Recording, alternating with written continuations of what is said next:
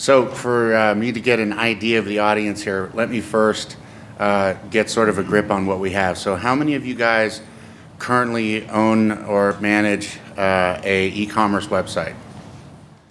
Out of that group of people, how many of you guys currently have a performance marketing channel, an affiliate channel open? Just a couple. So most of you guys are new to that arena of business, correct? All right, so let me start out with this. I'll give you a little bit of my background, and then I'll go into what affiliate is, and then so that you guys get an idea of what it is, and as I talk through, you'll be up to speed. Otherwise, you're going to be you'll be totally lost. So we don't want that to happen. All right, so here's the deal.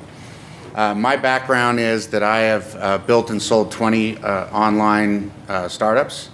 The last 2 went to eBay Enterprise Marketing Solutions. Then I did a carve out from the eBay Marketing Enterprise Solutions businesses. And then we bought 12 companies, sold a few, bought some other ones, and now we're called Pepperjam. And Pepperjam is a performance marketing company where we've got about 500 employees, and we're, with all the companies, we're about almost 20 years old.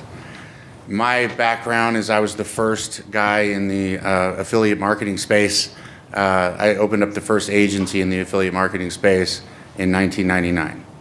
And then that was one of the companies that got bought through this whole series of activity, if you will. So that's kind of my background. Now let me tell you about affiliate marketing. So affiliate marketing started by Jeff Bezos, actually, in Amazon. What they did is they decided that they were going to put together a strategy that allowed people to drive traffic however they want to drive traffic and pay out based on a percentage of sale, right?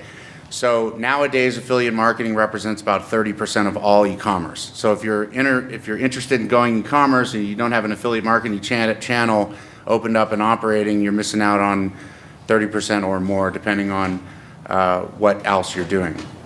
So to give you sort of an input on what it is, if you look online and you look at the hotels' rewards programs, loyalty programs, you know how Visa, MasterCard, American Express, the hotels, the airlines, they all have rewards programs.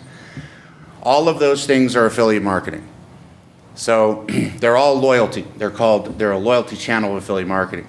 And so if you look at other things like Ebates or Retail Me Not, those are all affiliates. If you look at most what's called influencers, right? Is anybody familiar with what an influencer is?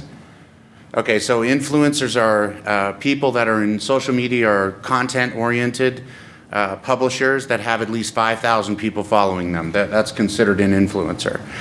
So there's about 2.5 million influencers in the United States, and those are all affiliates. So what you look at is affiliate marketing is a way of paying for advertising. It's not a way of doing advertising. Does that make sense to everybody? Because affiliates can be anything. If you're paying out a percentage of sale, meaning you're paying out a percentage of what the affiliate made for you, that's affiliate. That's it.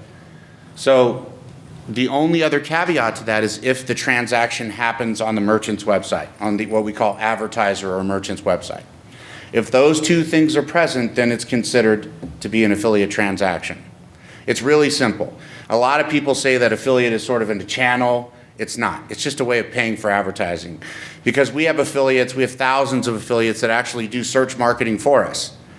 They do arbitrage. They'll go out and buy traffic and broker it, send it to the merchant's website and make the difference between what they paid, what they invested, and what they made, the commissions. You have affiliates doing display, search, social. You have affiliates that are bloggers. You have affiliates that are as large as American Express and UPS, and as small as some person that runs a Instagram channel that is a runner. I did a half marathon. I know it doesn't look like I could do a half marathon, right? I did a half marathon, the San Francisco Marathon, and they had all these people Instagramming, and they were running in these running shoes, and they would take a picture of their shoes, and then we have tools that you draw a picture around the shoes, and you turn it into a link, and they click on it, they can buy those shoes, and then they get a percentage of the transaction. So affiliates are everywhere. And they're in every nook and cranny. They're in everything that is out there, period. Is there any questions about that piece before I get into this? I want to make sure everybody's on board. Everybody's new, so ask. No, nobody here knows. So you're not going to get embarrassed. No, nothing? Really? I don't believe that. Okay, we got it. We got courage. Somebody with courage. A loyalty program like a rewards credit card and affiliate. Are they getting a portion of something? Yeah. So for the rewards people, you fly with United or Curse United or American or any of the airlines, and you rack up a bunch of miles, and then you want to go spend the money on the miles. The products that you spend the money on the miles in are merchants that are going through affiliate channels. And that loyalty program is an affiliate. Does that make sense? That's an example of it. So there's a ton. There's points programs. Remember My Points before they fell off the wagon? That was an affiliate, right? So there's different types of affiliates. Even loyalty breaks out into rebates or points programs or cash back. There's discount shopping, which is coupons and any form of discount shopping. How many people buy online and have used a coupon? So that's an affiliate. So they're everywhere, right? They're the hidden people behind the scenes driving, 30% of traffic. Now, I want you to think about something when you think about the power of affiliate, because when you think about the power of affiliate, these are some numbers that show how it's ramping as compared to e-commerce overall. But if you think about the power of affiliate, you're looking at between 25 and 30% typically represented of all e-commerce going through affiliate. Where's the rest divided up? How much do you think Google owns? After Google, there's not a whole lot left, is there? So if that's the case and affiliate owns 30, it's a pretty big piece. It sounds like just 30%, but it's 30% of what's left after Google's done eating everybody, right? So it's a big piece. I want you to get the gravity of that. I'm going to let that sit for a second, because a lot of you guys don't have, most of you guys, I don't think anybody, one of you had an affiliate channel open. I'm sitting here going, I'm floored. I just can't believe it. You need to take that seriously. That's a big deal. Plus the fact that if you think about it as a merchant, you can drive traffic through either pay-per-click, you can drive traffic through pay-per-impression or pay-per-thousand impression, CPM, cost per millennia, right? You can drive traffic by paying prior to a transaction. So if it takes you 1,000 clicks to equal a sale, you pay for 1,000 clicks. With affiliate, you only pay for the sale, not for the 1,000 clicks. So if you look at your scenario, you figure it out, and you sit back and you say, well, even if you make a sale off those 1,000 clicks, what percentage of those sales are canceled or returns? Right? So you think about it, with affiliate, you pay the amount you want to pay. You only pay if there's a sale, and you don't pay for cancel orders or returns. Now you can see why 30% of the retail is happening through affiliate, right? You dictate everything. In addition to that, there's attribution rules. Attribution, just attributing sales. You have scenarios where you have channel overlap, where you have a click comes in and maybe the person clicked on 3 different channels that you're paying for when they hit affiliate. Affiliate's the only one that you can actually get rid of the channel overlap. So you also have the ability to adjust the attribution stream. You can actually pay affiliates the amount you want to pay, specific affiliates a certain amount and others more. So you can sit back and you can say things like, if somebody is driving traffic through the coupon channel and you're giving away 20%, well, that's 20% off the top, right? You're giving away 20% to the consumers, 20% is 20%. So maybe you're not going to pay the same amount to that affiliate as you would to an affiliate that's driving through influencer marketing or content or social media, because there's no coupon. You can pay them more because there's no coupon. Does that make sense? So, it's a little off track because I didn't know that people were new to the space. So I'm going a little off of that, but I hope it's helping you guys, because you need to understand that, otherwise you're going to be lost through the whole presentation. So affiliate is a way of paying for advertising. You only pay the amount you want to pay. You don't pay for canceled orders or returns, and you only pay when there's a sale. You can get rid of channel overlap. This is a scenario where you're paying for more than once for a click that lands on your confirmation page as a transaction. Everybody got all that? Cool? All right, so you just caught up 10 years in you know, a minute here, or 11 minutes and 28 seconds. All right? So let's move on. And you guys can stop me at any point. So if you get lost or anything, this is for you, not for me. So if I'm moving quickly, just say, hey, you know, can you back up a second? All right? Because some of this is kind of advanced for, it seems like, for this group, and I don't want you to waste your time. Y'all paid a lot of money to come here. Let's make sure you get something out of it. All right? This kind of shows you why you need to be paying attention. So you can see where e-commerce is headed, and you can see how affiliate-driven e-commerce is driving up quite a bit. Because if you look, for example, at the affiliate space, and you look, for example, at the search space, search is taking credit for about 67% of transactions. Affiliate takes credit for about 30% of transactions, but a lot of the credit there is mixed because some of those affiliates are search affiliates. So they're playing in both spaces. They're actually paying the search engines to drive traffic to merchants' websites. So do you see how that balances out, how they're driving traffic from both sides? So you're going to want to pay attention to that a little bit. This is the client that we put up as a case study. This client came to us without an affiliate channel, and this is their sales over time, to give you an idea of what happened. We now do, I think, 40 or 50% of their transactions through the affiliate channel. So that can balance depending on what you do. So if, for example, you guys are driving traffic from, if you're doing search, social display, and affiliate, you're doing all channels and they're all running, then the amount you invest in the different channels is going to be weighted depending on how much you invest. So if you're putting a lot of money into search, affiliate's going to do less, for example. You see, it's just going to balance out. It's going to wash out. The traffic's going to move from bucket to bucket. So 30% is traditional across the streams. So I want to talk about social media. So the big growth in the affiliate space and everywhere, in fact, is social media. So most people have heard the term, when the ships come in, or when the tide comes in, all ships rise. Well, the tide that came in was social media. It started out with blogging, and then it went to social. And what you look at is you look at these huge changes that are going on in the space. Some of the changes are the Internet of Things. And everybody, if you don't know what the Internet of Things are, I have a Tesla, I have internet in my car, right? I have internet on my refrigerator. And the Internet of Things causes what they call micro moments. And micro moments, Google coined that phrase, are little tiny moments that can impact your decision as a consumer to buy something. And offline, micro moments were billboards or a sign on a bus, you know, where you're driving along and you see something and it impacts you just for that second, but you don't actually act on that transaction, right? It just impacts you and brands you. So the Internet of Things creates more opportunities for micro moments. All of that stuff is driven from content, meaning the idea of somebody running and taking a picture of their shoes and putting it on Instagram is a micro moment developed through somebody in the social media space, right? Very influenceable. This traffic is very valuable. The majority of traffic now driven by the affiliate space is coming from content and influencer marketing.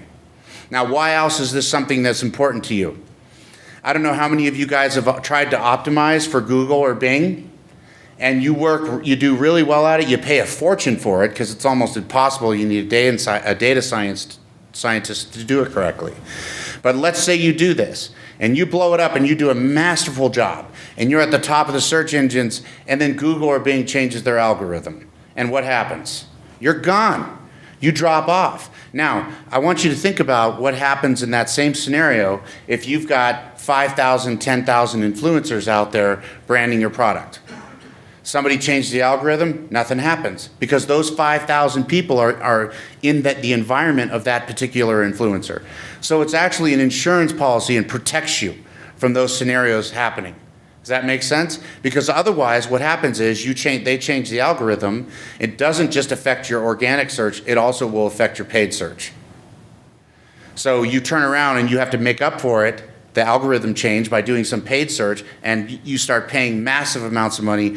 Google's ecstatic and your CFO's having a heart attack. Do you guys see that? Any questions about social media? we're having a hard time getting the influencer to really work with the product. And how do you really get it?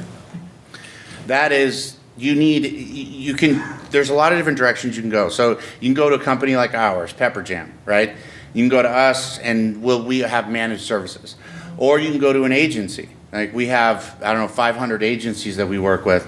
And you can go to one of the agencies. If you want an agency, you can go ask us, we'll give you an agency. Yeah. I mean, we can refer you to an agency, right? And then you have a few different choices on networks that do this. What an affiliate network. We're one of the affiliate networks. It's one of the companies we own. And then you have a few different options on different affiliate networks you can use to do that. Did everybody hear his question I just answered? He said he was having a hard time getting influencers to pick up. So, he says they're working, they're having a hard time getting the influencers to react to their outreach. If you don't have an affiliate channel open in a network, and you're not going to be able to do it at all, right? The ones that play ball that way are going to be in an affiliate network, right? So you have to go that route. That's your window of opportunity. That's the aggregator of these guys that play that way, that do that. Otherwise, you could use an agency and have the agency do it. But if you do it on your own, it's not going to work. Yeah, it doesn't work. You'll just make yourself crazy. The other thing I want to talk about is Omnichannel. So who's familiar with what Omnichannel is? Okay, I'll explain Omnichannel to you guys. Omnichannel is just the universe of buying online singular. So right now you have buying mobile, and you have buying desktop, you have buying in-store, and you have these different ways you can buy a product. The idea of Omnichannel is to make it so that somebody could buy everywhere, regardless of device or destination. That's the idea of Omnichannel. So in the space of online commerce, there is a broken gap between somebody that shops online and somebody who goes in store. So if you're in store, if you're online and you're shopping and you find some great watch that you want or whatever it is, and then you now go in store, you cannot link those things together as a consumer or as a retailer, right? Because the point of sale system in store, none of those systems are integrated to the e-commerce platform. In fact, these are two separate departments completely. So there's this huge problem, and the reason why it's a problem is because 78% of the traffic that exits your website, that abandons your website, or 78% of the traffic that hits your website does abandon your website. And 90% of those are people that go in store. So, and I'll test this theory right now. Let's do it by a show of hands. How many people shop online and then buy in store? Raise your hand. So there you go. So I do this every time, and it always is 80%. So you have people that look for good deals, and the other thing that proves that theory is that you have the stores now saying we'll match internet prices. They're driving that way. So that means that Omnichannel is a big deal, right? If you have 78% of your people abandoning your e-commerce site, and out of that group, 90% are going in store, but you have no way of capturing that, you have a serious problem. Card linking is the only way to do that. Card linking is very simple. It's new. It's only about 3 years old. And the way that works is you go online, you click something that says buy in store. The person puts in their credit card number and their expiration date and their email address, and then it says go shop in store. And it's actually Visa that tracks the transaction. As every e-commerce transaction goes through the e-commerce platforms, it's looking for the last 4 digits and the expiration date in your name. As soon as it finds it, it rebates back to your credit card a percentage of the transaction as a rebate, and when doing so, it tracks the transaction. Does that make sense to everybody? Any questions about that? So it's very new, but it does clean up the problems that are associated with Omnichannel. Now, because you guys are new, I'm also going to help you out with one other thing. If you have an e-commerce website and you're leery of the abandon process, so the abandonment process is that 78% of people hitting your website and leaving. There's a company called VE Interactive, and they do this on performance as an affiliate, which means that they give you the technology to save your abandonments and they take a percentage of the sale instead of you paying a fee, which is a lot of help because those things are very expensive. And they're integrated to most, they're the largest in the world. They're about a $2 billion company. They have something like 800 employees. But they're the biggest in the space, and they do that. And you should know that. It's a little off script again, but I'm catering to the audience. They do that. It's very helpful because if you have an e-commerce site, you can expect 70-78% abandonments. These guys actually have abandonment tools that try to save the transaction. And they do retargeting, which is that, how you get irritated because you look at something and then you go to Facebook and you keep seeing the product everywhere you go? They do that for you. And then they try to get the consumer to come back and they make a percentage of the sale. And they do that all on performance. So if you're in that space and you do have a commerce website and you don't have anything that handles abandonment, you need to think about that. And then tandem to that, you need to think about how many people are going in store and how to track those transactions.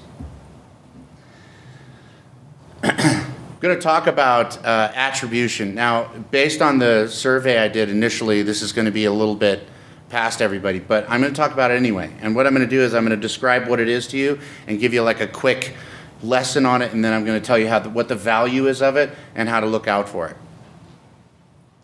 One of the things you have to be cautious of if you're an e-commerce person and you're trying to sell products online is the cost of advertising, right? Next to headcount, that's going to be your most expensive outlay of cash. So when you're paying for advertising, you have to be very leery of the fact that you could be paying more than once for a single transaction. In most scenarios, there's 3 clicks in the transaction and 4 if you're using abandonment and retargeting, a company like V. Those clicks are in buckets. They call them the introducer, the influencer, and the closer.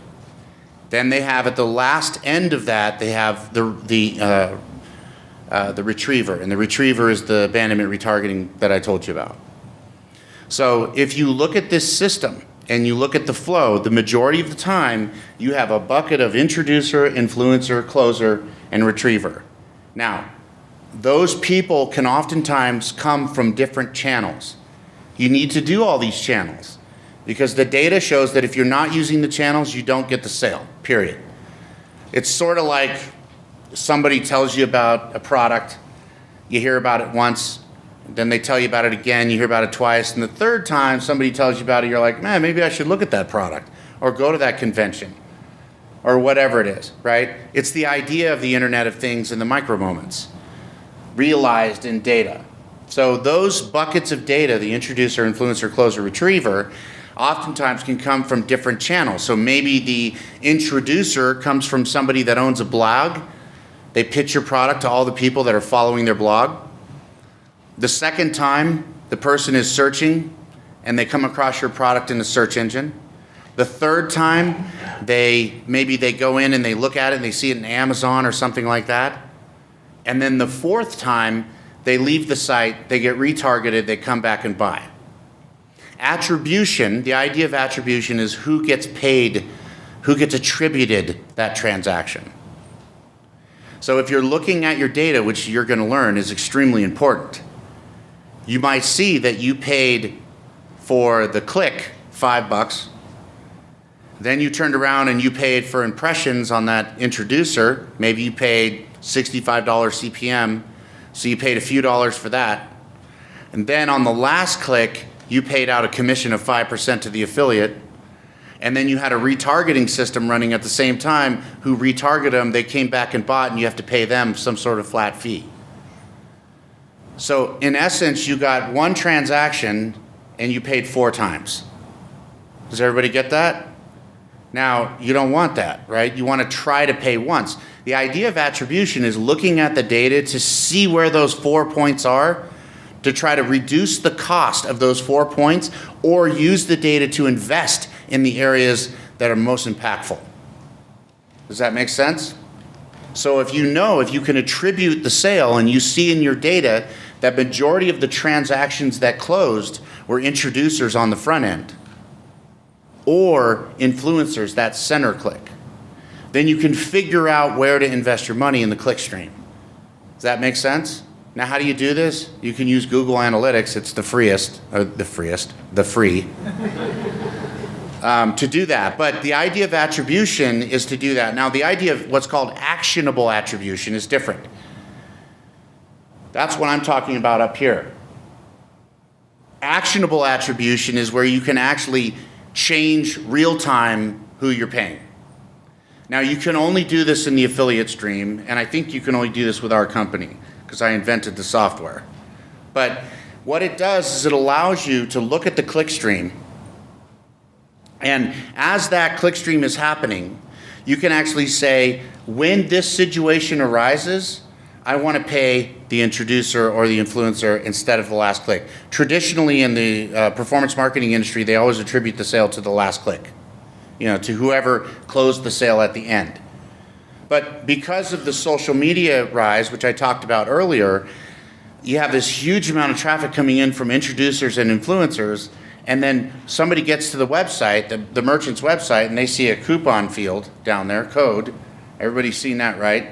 If you have a code, enter it here. And they see that code, and what do? You open a browser and you go try to find a code. They're taunting you to find I don't know why merchants do that. It makes me crazy. I mean, does that happen when you go to a retailer? Yeah, that's, $49.95. Do you have a code? Oh, no? Here's a computer. Go find one. And then I'll make less money. But they do it. And because of that, the consumer's gotten really smart, and they'll go out, open a tab, and they'll go find a code, and they'll come back, enter it in, and save themselves some money. So what happens is the attribution then gets credited to that coupon person. Now that coupon person is also getting a commission. So now the consumer got a 20% off top line, plus a commission of 5%. Now you're out 15. You still have to pay the agency and the network. So you can see the value of attribution. Now, this technology makes it so that you can say, when that condition happens, don't pay the last click. Instead, pay the click before. And so you're not paying for drive-by, what we call drive-by commissions, right? You're paying for an actual somebody that added meaningful branding and a meaningful thread to your click flow. Does that make sense? Any questions about that? Well, either you guys are afraid or you're learning really friggin' fast. Yes? How do affiliates feel about that? Well, the coupon affiliates hate that. I mean, they feel like they're getting an old-fashioned, but the people that are the influencers are happy because they're the ones that have been getting screwed for a really long time. So what happens is the affiliates, they change, they evolve. So one of the biggest affiliate in the space is called Retail Me Not. They're a monster, right? And they're big public company. These guys were always last click attributed, and they were always considered coupon guys. And they drove traffic, and we started to do this. They lost money, and now they're introducers and influencers. They changed their behavior, and they started opening up their own blogs, and they started doing their own television advertising, and they started doing all kinds of other stuff. And they changed the source of their traffic. So now they're happy. The idea is to change that behavior altogether, because the e-commerce platforms, for the most part, have, in my opinion, have made a fundamental mistake by putting that code there, the space for a code every single time. I feel like they should have said, if the click comes from here, then show the code, because they know that the person came from that destination, which means they should have one. But by showing that field every single time, regardless, it just taunts the consumer to go out and find a code. So because of that, and it wasn't fixed for so long, people have just learned. So the publishers out there, the affiliates that are out there, these guys are smart. They're fantastic. And bless their hearts, they're entrepreneurs. They found the opportunity, So, and then social media came along and changed that stuff. So that's attribution. Any other questions about attribution? Did I answer your question okay? All right. Any other questions about attribution? No? So this is another really important thing to remember. So this I talked about a lot, and this is, dynamic attribution and dynamic commissioning. This has to do with the channel overlap. Now, I talked about channel overlap. Do you guys feel like you have a grip on that? I'm looking at your heads because you're not communicating. So if you feel like you have a grip, show me something. Give me a head nod or something. Okay. All right. So what this technology does that we did here is it allows you to pay specifically a certain affiliate a certain amount and only pay. So it's how much they get paid and who gets paid. That's the idea of dynamic attribution, dynamic commissioning. So you can say, if this affiliate is present in the click stream, only pay that guy. Don't pay anybody else. And if that affiliate is this affiliate, pay them twice what you pay the other ones. Because that particular affiliate may be driving really valuable traffic for you. They may have a YouTube channel where they do product reviews and they've got great ratings and it makes your brand look good. So these tools allow you to do that. And that's what this dynamic attribution, dynamic commissioning is all about. Any questions about that? It's important to know this stuff. I think you guys are starting to get an idea about why this stuff is important to understand. And you guys are getting a really, really fast affiliate 101 here. So on top of all of this stuff is what's called compliance. Now, when you think of compliance, you're probably thinking of credit card compliance or that sort of thing. In the ad tech space, compliance means that whoever is driving traffic to your website as an advertiser should be following the rules that you lay out for them. Those rules can be rules like, Mr. Affiliate, you can bid in the search engines to drive traffic, but you can't bid on my trademark. You can use codes, you can use coupon codes, but you can't use these specific codes. These are codes for my loyalty people, the people that have bought from me in the past. Compliance is a set of technologies that scan the activity that's driving traffic to your website and ensures that that activity is following the rules and guidelines that you outlined. Does that make sense to everybody? So if you say, I don't want any traffic from anybody that is driving traffic through a domain that they've squatted on that's my trademark. So you have people that'll buy, let's say it's Skechers, for example. Maybe they buy Skechers spelled wrong, or Shop Skechers, or SkechersShoes.com, or Skechers.net, or org, or whatever. These are all domain squatters, and they drive a ton of traffic. Now you can let them do it and pay them a commission as an affiliate, or you can restrict their ability to do it by using compliance. Yes? In that example, I mean, it's just an implied contract? I mean, why would they get paid if traffic came that? Because they sign up as an affiliate. So they'll sign up and they'll say, look, you have two choices. I can send this traffic, let's say it's Skechers, they can say, I can send this traffic to Nike, or you can buy it from me, or you can pay me and I'll send the traffic to you. If it's a trademark infringement, then the compliance company will go after a cease and desist. Does that make sense? The same thing happens in social media. The new arena for people that are doing cyber squatting is actually in social media. So they'll buy Facebook.com shop Skechers. Same deal, it's just the extension of the URL is the brand or a misspelling or whatever it is. So the compliance company checks that. It checks to see, if you're Toys R Us, you don't want your ad showing up on a porn site. So it checks content. It checks to see if people are doing search and that they're following the rules that they're supposed to do. It checks to see if they're using codes that they're supposed to be using. So the compliance layer sort of sits on top of everything. If you don't have compliance in place, right, then the attribution I spoke about earlier is going to be incorrect because you're going to be counting transactions that were in violation of your policies in the first place. Does that make sense to everybody? Yes? Do you provide the compliance layer? I founded this company. They bought this also, and it's part of our group of companies. Yeah. So it goes through you?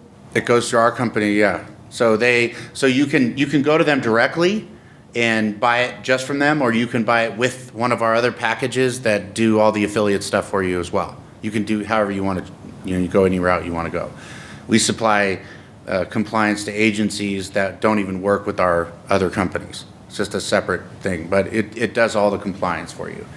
One of the up and coming things is ad blocking. So in the European market, we have offices in Europe also, and in the European market, you have ad blocking has become a law. Now, if you think back a little bit, when you, in the beginning there, you could send out emails to, millions of people, and there was no rules. There was no laws. You could just do it, right? You just gather emails and send out email. Well, now it's spam, right? And there's laws against it. What happened was the consumers got pissed off, and then the browsers, what would be considered a browser as a email platform, started to put in filters, and that's how you get junk mail, right? And your spam. you get marked, their email, their domain gets marked as spam. Well, that's happened with ad blocking. So basically, there are laws or rules. In the UK, there's laws. Out here, there are rules that says if the ad pops up without the user knowing about it, or plays a sound clip, or interrupts their experience or something like that, then it's against the rules. If your domain gets blocked because of ad blocking, then all of your advertising doesn't show up. So that's a new product that we just rolled out, is the ability to find people that are using advertising strategies that could potentially get you blocked, get your domain blocked, like spam. That makes sense? All of these things are compliance products. And if you're doing an affiliate channel, you need to be thinking about compliance. Because what you're doing is you're working with a group of millions of people, ranging from American Express to, Bob's Underwater Basket Weaving blog. And they're fantastic. They really are. They're great. But they're entrepreneurs. And they don't always look at the rules of the game. They don't always read the agreements and stuff. And there are, they're big companies. So the person who signs up doesn't look at the agreement. Most people don't. They just click agree and move on. So they just break the rules and they don't know. So and they get paid for selling stuff. So they're motivated to sell stuff, which is the wonderful thing about it. But you need to have compliance to make sure that they're following the rules. It's kind of like, if you don't have it, it's like having a speed limit sign with no police, right? So you got to have a cop on the corner and they follow the rules. And that's what the compliance shop does. Any questions about that? Is the compliance inclusive of all the content we offer, so that they're representing the brand effectively? Yeah, so part of what compliance does is it crawls the content and it looks at it. So there's a series of words, keywords, and different stuff that you as a merchant would give us, and then we would go through and look for it. And we would find it. If we see something, if you're going through the content and they're selling, like, children's bicycles, and the word bong comes up, then we're going to check that. It's going to come up as what's called a case, which is a potential violation. Then the compliance officer will look at the whole situation, look at all the rest of the data. There's a whole lot of data that comes in. Look at all the data. Once we know it's a violation, we send out a cease and desist. And there's a history, and there's a whole, it's a whole process, piece of software that processes it all the way until it's taken down. And once it's taken down, then you as a merchant are notified that that was taken down, and then whatever the next one is. Does that make sense? Is that instantaneous, or does it take a while? It's pretty quick. It's pretty quick, because what we do is, one of the benefits of affiliate is that these people are on performance, right? So they only get paid when they make a sale. What we do is we do penalty assessments. One form of a penalty assessment is a fine. We fine them their commissions. So we say, from the point that you started violating until the point that it was taken down, we're taking all your commissions. You as a merchant's happy because you got all those sales for free, and the affiliate's pissed and they act fast because they're losing money. That make sense? Any other questions about that? No? All right, you guys ready to move on? How's everybody? You're drinking out of a fire hose. How's everybody's melon right now? You a little fried? No? You okay? All right. So let's talk about this programmatic approach. So this is, okay, okay, let me figure out how to say this. So programmatic, the idea of programmatic is, it used to be, back in the day, we would do display media buying. You would have, everybody that has a publisher site that drives traffic, from CNN to whatever, you'd go and you'd have buying desks, right? They'd have people over there, and you'd make a phone call and go buy media from them. And that's how it used to work. What happened is it evolved, and all this media started to go into big exchange platforms. Microsoft has one, AppNexus is a big one. You should write that down, because these are hard to find and nobody wants to tell you about them, because they're where wholesalers go to buy stuff. So these platforms have a whole bunch of data, and you can go in and you can say, I'm looking for people that are 25 to 31 years old, that are female, that are college graduates, that are married, that make over $100,000 a year, or whatever it is that you want to do. And you put in all the information that you have, and then they tell you all the traffic sources that are available, and then you make a buy, and then they send the traffic to you. That's how it works, pretty much, right? Like a stock exchange. So Microsoft Exchange is one, and AppNexus is another one. Those are the two big giant whales. There's some other ones out there, but they're the big ones. And in the affiliate space, the way that it works is that you go into an affiliate database and you look at all these different types of affiliates, and there's very limited amount of information, and then you click a button to invite them. You go in and you look and you say, I want to look at everybody that's a social media type affiliate, and you click a button and it sends them an email and invites them to the program. And then they ask you some questions, and then they sign up, and then they start selling for you, right? Pretty much. So programmatic is the idea of automating that to give you more data so that you can, instead of having to do it, it's very manual. You go in, you have to look at this huge list, you have to click all these buttons, it's very time intensive. The idea of moving an affiliate towards programmatic is the idea of it presenting to you, based on what it knows about you, every affiliate you should be working with without you doing anything. And then you clicking a button to invite them all at once to the program. The reason why that hasn't been done to date is because if you invite them all, you've taken an action now that could be bad, because you could be inviting people that don't fit your demographic. But with programmatic, getting more data about these affiliates allows you to invite only those that fit to a T what you're after. Any questions about that? Did that just go over everybody? Are you cool? Like, throw me a bone over here. Okay. I need you guys to, I'm here for you, all right? I'm trying to train you. You paid money to be here. I didn't, right? I'm here for you. So if you need something, you need to make sure you tell me, because I want you to get something out of this. Fair enough? All right. These surveys, you company also provide that? Yeah, this is a technology that I created, which is it's never been done before. And you guys are getting a sneak peek on this because it doesn't actually roll out until December. Yeah, but it brings the affiliate space to a level that nobody's even come close to. It's about 5 years ahead of everybody else. But it's very advanced stuff. And basically the way it works is that we take a single affiliate. Now, how many of you guys have bought from search engines? All right, so enough people. When you go into a search engine, you buy traffic, it gives you a keyword, right? You put in a word, it gives you a list of keywords that you can buy, and then it tells you estimates of how competitive that keyword is and how much traffic you can get from that and how much it costs and all this sort of thing. The reason why they have that is because they have a genome around that keyword, right? They have a keyword, and then they have all this data that circles around that keyword that allows them to drive an algorithm to give you that data. Does that make sense? What we did here is we took an affiliate and we treated an affiliate like a keyword. We said, this affiliate is this affiliate, and we have all this data around what kind of traffic, what kind of transaction, what do we see them selling? What kind of consumers do they have? What percentage of their traffic comes from social media? What percentage of it comes from search? What percentage comes from display, etc.? And what are these what's the audience interest of these consumers? We gather up all this information, and then it gives you the ability for the system to suggest affiliates you should be working with, because we do the same thing with you. We get a genome on you, we get a genome on the affiliates, like a dating site, right? And then we say, here's your matches. Here's the people you should be working with. And out of the ones you're working with, it tells you these are the ones you should automate. It means you should do more business with them. Pay them more money, do whatever. And then you apply the attribution stuff I talked about earlier, and you've monetized your affiliate channel.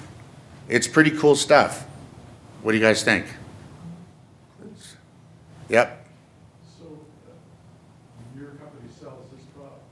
We sell the software. You can just you can do it yourself through the software, or you can actually pay our managed services, and you can do it that way. Either way, however you want to go. And if you're interested, you can either go to the site, pepperjam.com, or you can give me your card and I'll have somebody get in touch with you. But either way, they can do a demo and show you the stuff, and it's pretty cool stuff. So your company doesn't do the affiliate stuff, like let's say if we want to work with you, you don't do like on sales, like wherever you provide the service. Yeah, we take a percentage of sales too. Right? Okay. Yeah. Yeah, the whole thing's performance, right? So we say, you pay us, we're going to take a percentage of sales. The affiliate's going to take a percentage. Everybody's on performance. That's the magic of this channel. Everything's on performance.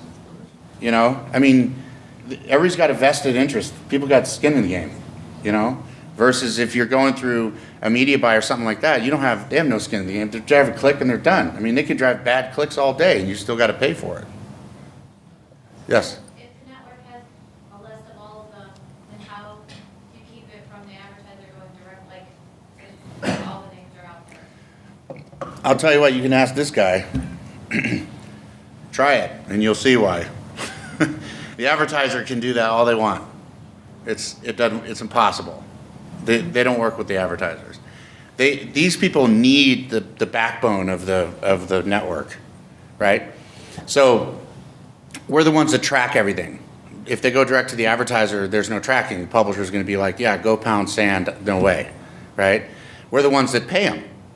And they guarantee that they know they're going to get paid if they work with us, right? Because we pay our publishers, and we've been doing it for a long time. So if you don't have, a network behind you, then there's no guarantee that they're going to get paid. And we know how to give them the data that they want. So when they log into the dashboard on our side, they can see stuff about you as the merchant as well. So they can tell who they're working with. They can tell your history. They know other publishers you've worked with, because you think about it. This is a currency exchange, right? The publishers, they drive currency. That's traffic to them. And they drive it through the network to your website. You make a sale, and then that turns into cash, right? So it's like a currency exchange. So there has to be, they're not, working directly with a merchant, with an advertiser directly, doesn't give them a feeling of like this is going to equal cash for them. There's some lack of trust. And in some cases, justifiably, I've seen some stuff that you could see why that would happen. Okay, and any other questions about that stuff? No? You guys feeling good? I need to know if I'm doing okay for you guys here. Good. Everybody getting some mileage out of this stuff? All right, cool. All right, let's move on, because we're going all over the place, but I'm trying to cater to you. I'm not sticking to the deck. All right, platform integration. This is another big important piece. So in the world of an e-commerce platform, you have the big five. So let me, because of the audience I'm talking to, let me separate these into two separate areas, two separate buckets. E-commerce platforms are the backbone that run your whole website, right? They do the e-commerce transactions, they do everything. Now, you basically have two types, all right?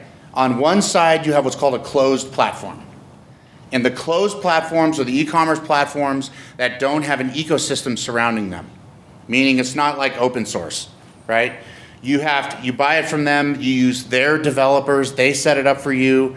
If you want to make changes, you have to work with their people. Companies like MarketLive are like a closed platform. Now they're good. I'm not, preference is your preference. I'm just explaining the difference between the two. And that's what a closed platform is. Now, the other side are open platforms. Open platforms are companies like Magento or Oracle ATG or IBM WebSphere or Hybris or Demandware. These are all open platforms. What that means is that they have an ecosystem that surrounds them. So it's like buying an engine.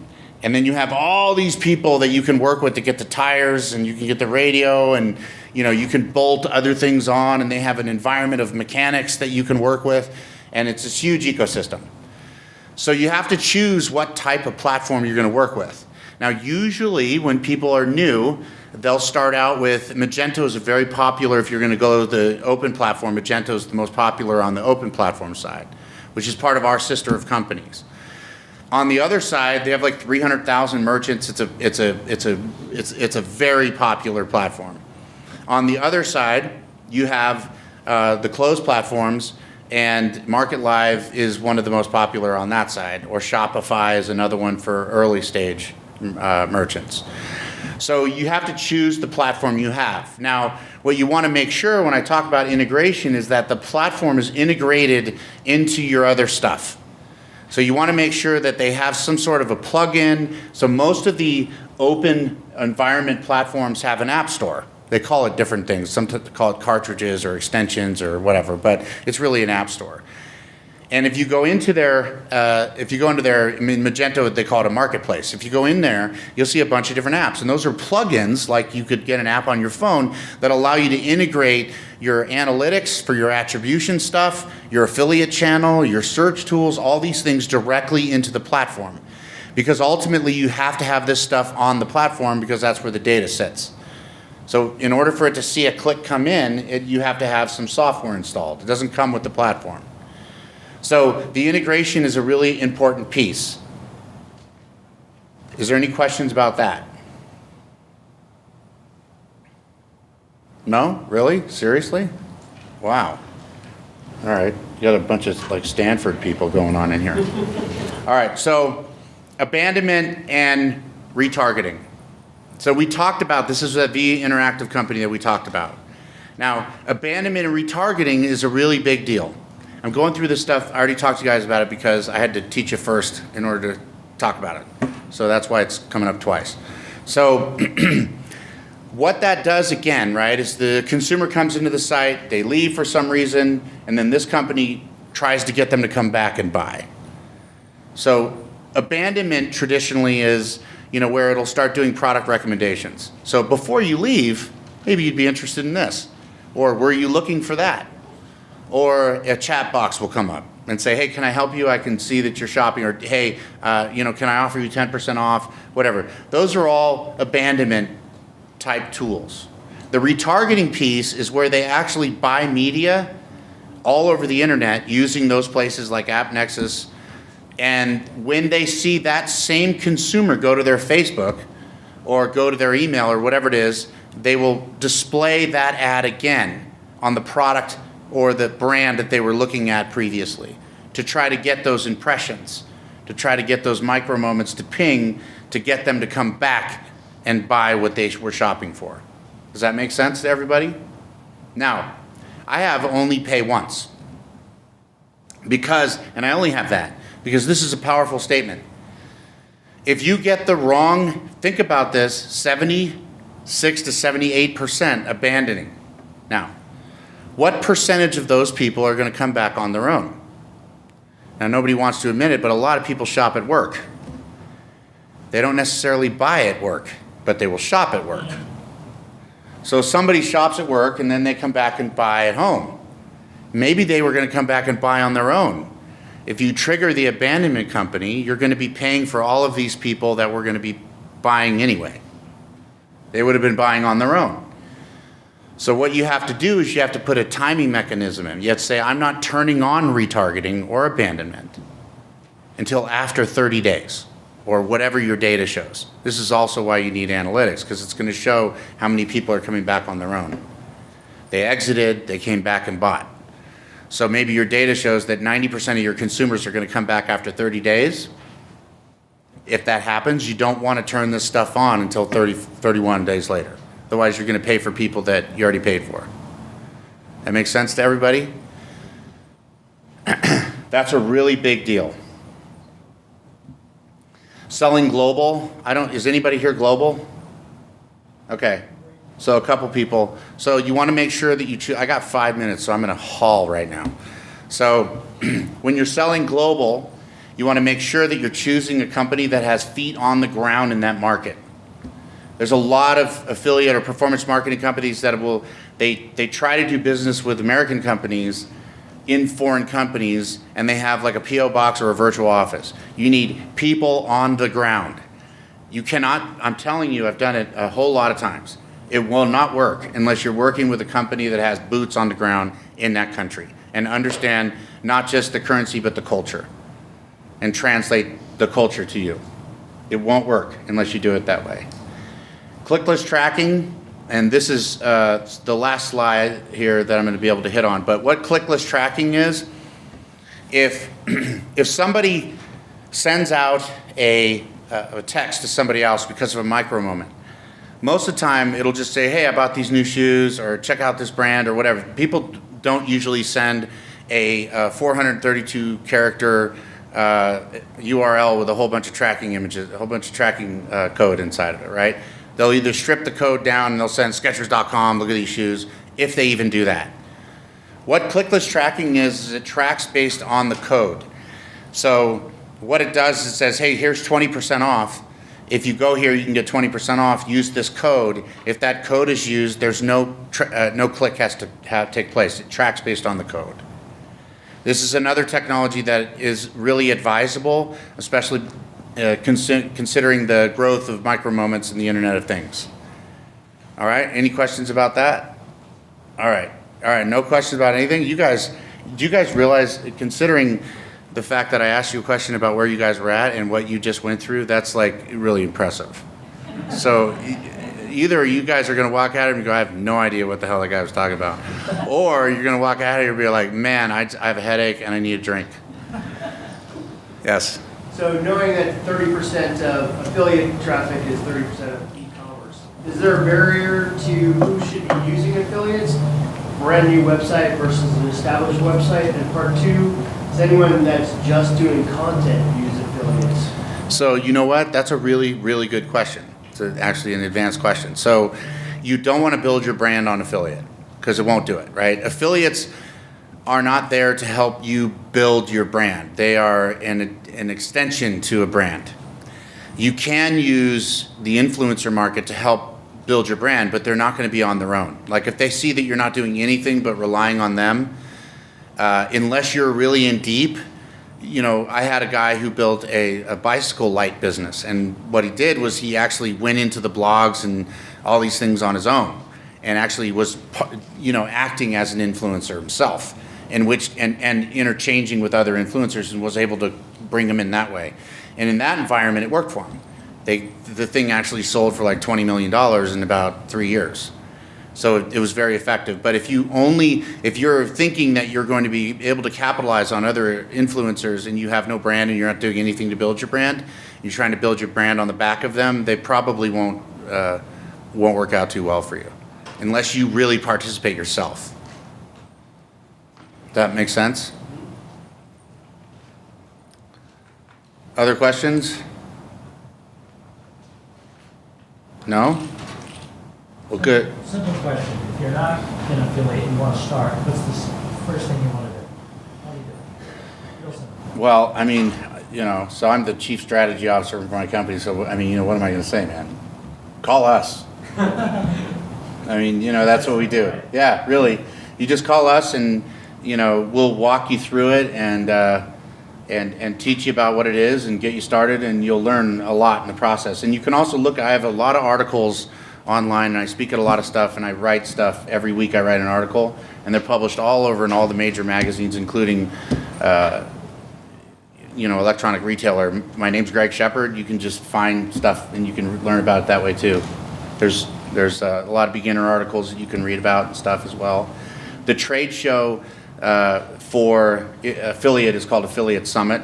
So, you know, that's like the trade show for that world. So that's a way to get in and start, you know, go to some conferences and learn about it that way.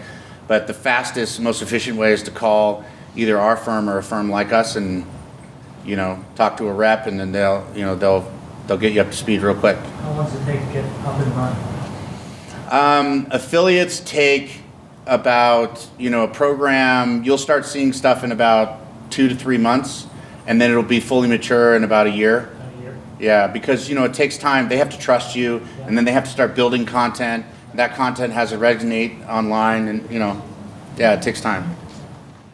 Yes, sir. What'd you say the name of the trade show for the affiliates? Affiliate Summit.